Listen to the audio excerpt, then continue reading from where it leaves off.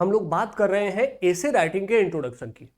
अब essay writing के introduction की बात करने के पीछे का जो मेरा पर्पस था, क्योंकि मैं इस बार अभी जो बच्चे मेंस दे रहे हैं उसमें से अराउंड 70 ऐसे स्टूडेंट्स हैं जो कि मेरे से डायरेक्टली कनेक्टेड हैं। उसमें ऐसे भी कुछ स्टूडेंट्स हैं जो कि ऑलरेडी सिलेक्टेड हैं और वो अपने रैंक को इंप्रूव करने की कोशिश कर रहे हैं। मैंने सबका ऐसे चेक किया है। उसमें मैंने एक कॉमन मिस्टेक देखा है कि सभी बच्चे जब ऐसे इंट्रोडक्शन लिखते हैं तो सभी एक ही ढर्रे पर एक ही तरीके से, या तो कोई किसी कहानी से या कोई हाइपोथेटिकल कहानी बना करके या कोई पोएट्री के साथ शुरुआत करते हैं, लेकिन कुछ ऐसी बात उनके इंट्रोडक्शन में नहीं होती जो कि मुझे फोर्स करे कि मैं उनका पूरा ऐसे पढ़ूं। मैं उनका इंट्रोडक्शन पढ़ते ही उनके पूरे नॉलेज को, उनके पर्सनालिटी को जज कर लेता हूं। तो ऐसे में अगर सपोज करिए कि मैं एग्जामिनर हूं, मेरे पास टाइम बहुत लिमिटेड है, क्योंकि लिमिटेड टाइम में जो यूपीएससी के एग्जामिनर होते हैं उनको लिमिटेड टाइम में बहुत सारी कॉपी चेक करनी होती है। तो ऐसे में वो जब इंट्रोडक्शन पढ़ते हैं तो वो तुरंत एक जजमेंट बना लेते हैं कि यह स्टूडेंट कितना ब्रिलियंट है और कितना मार्क डिजर्व करता है। उसके बाद बाकी बॉडी पार्ट पे सही टिक करके और वो एवरेज मार्किंग कर देते हैं। तो अगर आपने बॉडी पार्ट बहुत अच्छा लिखा है, कंक्लूजन बहुत अच्छा लिखा है, लेकिन इंट्रोडक्शन अगर आप सभी एक जैसे ही पैटर्न में लिख रहे हैं तो फिर एग्जामिनर आपसे इंप्रेस नहीं हो रहा है। जब तक इंप्रेस नहीं होगा तब तक आपको वो एक्स्ट्रा ऑर्डिनरी मार्क्स नहीं देगा। तो अगर आप रैंक इंप्रूव करने की कोशिश कर रहे हैं या आप पहली बार या कभी भी अपनी यूपीएससी की मेंस दे रहे हैं, तो इस जर्नी में एक बेहतर इंट्रोडक्शन जो कि बाकी सबसे अलग भी हो, इंपैक्टफुल भी हो और एग्जामिनर को फोर्स करे कि वह आपका ऐसे पढ़े, इस बात को आज मैं आपसे अपडेट करने वाला हूं। इसके लिए मैंने क्या कोशिश किया है कि जो जैसे ये 4 ऐसे हैं जो कि यूपीएससी ने पिछले साल पेपर में ऐसे पेपर में पूछा है, और ये चारों ऐसे पेपर के पार्ट ए के 4 ऐसे आपके सामने हैं। जब सामान्य रूप से आप ऐसे इंट्रोड्यूस कर रहे हैं तो जो बच्चे ऐसे इंट्रोड्यूस कर रहे हैं उनकी जो प्रॉब्लम है वो मैं आप लोगों को दिखा रहा हूं। ऐसे इंट्रोडक्शन में आप भी संभवतः ऐसे ही प्रॉब्लम से गुजर रहे होंगे। आपको लगता होगा कि आप बहुत अच्छा ऐसे लिख रहे हैं, लेकिन वो ऐसे आपके लिए बहुत अच्छा नहीं होता है। तो इंट्रोडक्शन में जब आप लिख रहे होते हैं तो या तो आप किसी कहानी से शुरू कर रहे होते हैं, ठीक है, किसी स्टोरी से शुरू कर रहे होते हैं, या फिर खुद से स्टोरी कहानी बना करके शुरू कर रहे होते हैं, ठीक है, कहानी बनाकर, या फिर किसी कविता से शुरू कर रहे होते हैं, ठीक है, या किसी श्लोक या दोहा से शुरू कर रहे होते हैं। श्लोक या दोहा से शुरू कर रहे होते हैं। अब बात यह है कि यह पैटर्न हर स्टूडेंट यही पैटर्न कॉपी कर रहा है।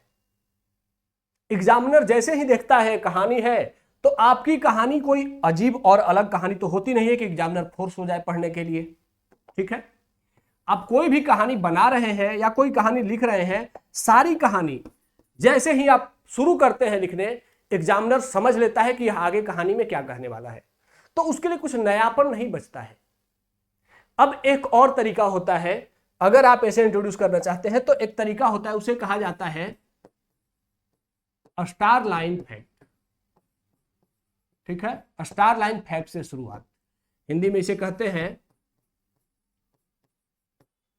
चौंकाने वाले तथ्यों से शुरुआत,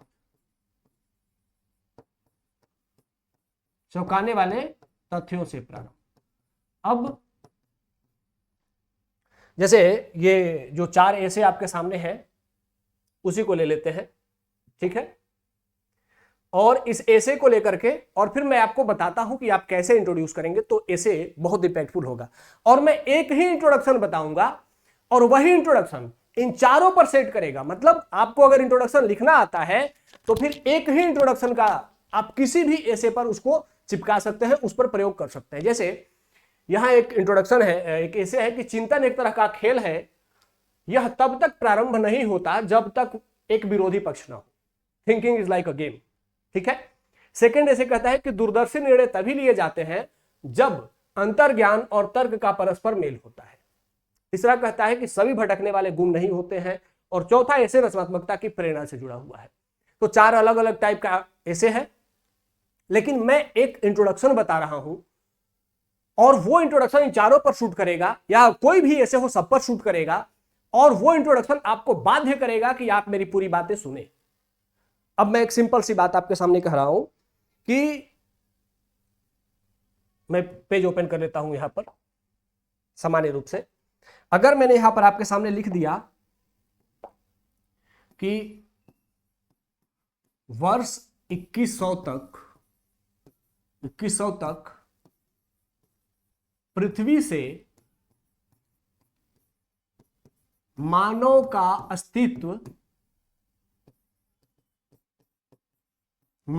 अस्तित्व समाप्त हो जाएगा,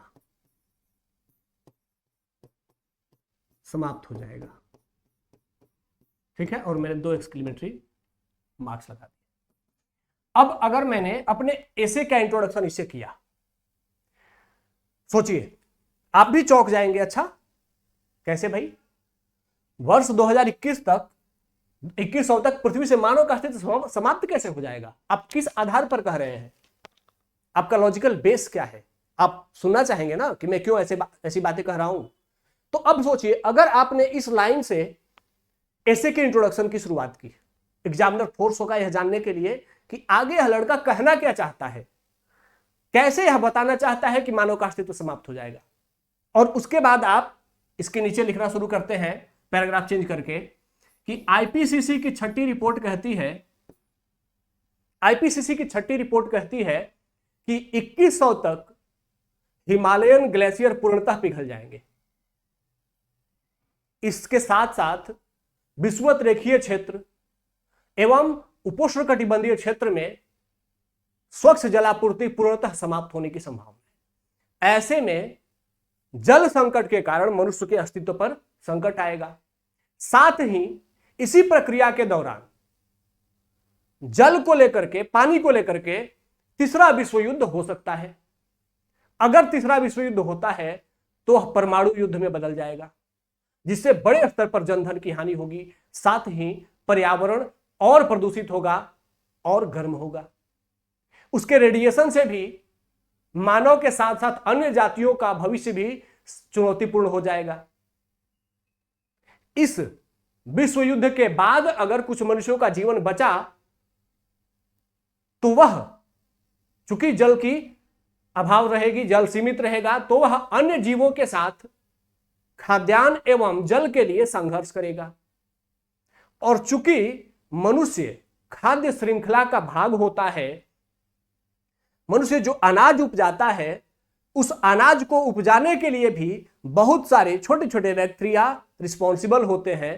तो अगर जलाभाव होता है, वैश्विक तापन होती है और परमाणविक रेडिएशन आता है, तो बड़े स्तर पर प्रजातीय विलोपन होगा, जिसमें वैसे छोटे छोटे जीव कीट नष्ट हो जाएंगे, जिससे अनाज उपजाना, अनाज का पॉलिनेशन नहीं हो पाएगा और अनाज उपजाना मुश्किल होगा। ऐसे में मनुष्य खेतों से अनाज जब नहीं उपजा पाएगा तो जंगल की ओर जाएगा। तो जंगल में अन्य जीवों के साथ खाद्यान्न को लेकर के प्रतिस्पर्धा होगी और साथ ही बड़े स्तर पर प्रजातीय जीवन भी नष्ट होगा। अंततः 2100 तक आते आते वैश्विक तापन, रेडिएशन एवं जल का अभाव तीनों मिलकर के सिर्फ मनुष्य ही नहीं वरन बड़े स्तर पर मनुष्य के साथ साथ अन्य प्रजातियों के विलोपन का भी कारण बनेंगे और अंततः इस धरती से प्रजाति का अस्तित्व समाप्त हो जाएगा। अब आपने क्या किया? एक पूरा फ्रेम बना दिया, अपने से कहानी बता दिया कि प्रजाति का अस्तित्व कैसे समाप्त हो जाएगा। अब उसके बाद मैं आपको ऐसे पर ले चलता हूं कि इंट्रोडक्शन तो मैंने अभी किया, अब इसको ऐसे से कनेक्ट कैसे करेंगे। अब देखिए, यहां एक पहला ऐसे है, चिंतन एक तरह का खेल है, यह तब तक प्रारंभ नहीं होता जब तक विरोधी पक्ष ना हो। और इतना लिखने के बाद अब आप लिखेंगे, इससे स्पष्ट होता है कि मनुष्य ने पर्यावरण की सुरक्षाओं के प्रति, पर्यावरण की चुनौतियों के प्रति चिंतन करना प्रारंभ कर दिया है। और इसी संदर्भ में पेरिस प्रोटोकॉल, सतत विकास लक्ष्य एवं अनेक देशों द्वारा पर्यावरण के संदर्भ में, नवीकरणीय ऊर्जा के संदर्भ में नवीन प्रयास किए जा रहे हैं। इससे कहा जा सकता है कि चिंतन एक तरह का खेल है और यह तब तक प्रारंभ नहीं होता जब तक कि विरोधी पक्ष अर्थात मनुष्य के अस्तित्व पर जब तक संकट नहीं आया, मनुष्य ने पर्यावरण संरक्षण की दिशा में कोई बड़ा प्रयास नहीं किया। तो एक इंट्रोडक्शन हो गया, कहानी बताई मैंने, कहानी को क्या किया, इस ऐसे से कनेक्ट कर दिया। ठीक है, वही सेम कहानी है, अब इस ऐसे से कनेक्ट करते हैं।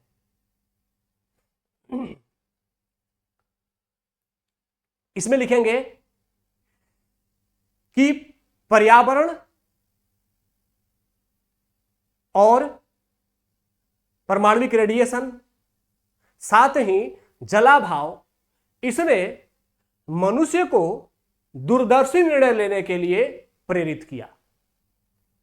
और तब मनुष्य ने अंतर्ज्ञान और तर्क के माध्यम से यह समझ लिया कि अगर मनुष्य का अस्तित्व बचाना है तो पर्यावरण संरक्षण जरूरी है। इससे स्पष्ट होता है कि दूरदर्शी निर्णय तभी लिए जाते हैं जब अंतर्ज्ञान और तर्क का परस्पर मेल हो। तो इस तरीके से आप चाहें तो ऐसे ही इंट्रोडक्शन को, मैंने एक इंट्रोडक्शन आपको बताया, लेकिन आप कोई ऐसा ही स्टारलाइन फैक्ट, चौंकाने वाली तथ्यों से शुरुआत करिए, कोई चौंकाने वाली बात कहिए। मैंने मनुष्य के अस्तित्व की संकट पर बात करी, आप किसी और बात से शुरुआत करिए और उसमें ऐसे बोल सकते हैं कि संभव है कि 2100 तक मनुष्य मंगल ग्रह पर जीवन बसाने लगेगा। और ये एक अजीब सी बात है, नई बात है कि कैसे, तो मतलब मेरे कहने का मतलब यही है कि एग्जामिनर को फोर्स करिए कि वो आपका ऐसे पढ़े, और जब ऐसे पढ़ेगा तभी वो आपके रियल टैलेंट को देखेगा, क्योंकि रियल टैलेंट बॉडी पार्ट में निकल करके आता है। तो रियल टैलेंट को दिखाने के लिए एग्जामिनर को फोर्स करना बहुत जरूरी है, और फोर्स करने के लिए मेरी सलाह अगर मानिए तो आप लोग स्टारलाइन फैक्ट के साथ शुरुआत कीजिए, किसी चौंकाने वाले तथ्य से शुरुआत करिए, तो आपका ऐसे रियली बहुत अच्छा होगा। फिर उसके बाद आपको ऐसे में परफेक्ट नंबर भी मिलेंगे। ठीक है।